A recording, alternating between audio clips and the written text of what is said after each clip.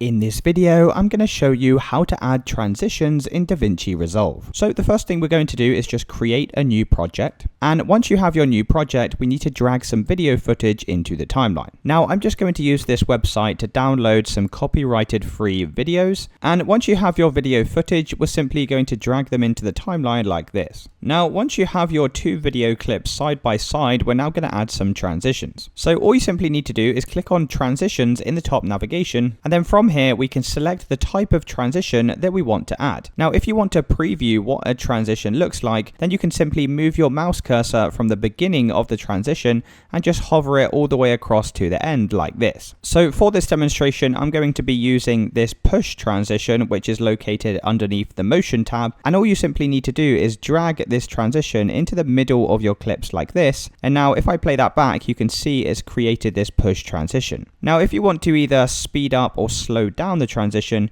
you can do that just by adjusting the length of it, and that's going to either increase or decrease the speed. If you want to delete a transition, then simply select it and press the backspace on your keyboard, and that's going to go ahead and delete the transition. If for some reason you're not able to add transitions in between your clips, then what you'll need to do is click on this edit button in the bottom navigation, create a gap in between the clips like this, and then you'll need to cut the ending of this first clip and also the beginning of this second clip, and then you can rejoin the clips back together. And now if we come back over to the timeline and try adding this slide transition, you can see that we can add it without any issues. And it's really as simple as that, guys. That's how you add transitions in DaVinci Resolve. If you did find this video helpful, then let me know in the comments and I'll see you in the next one.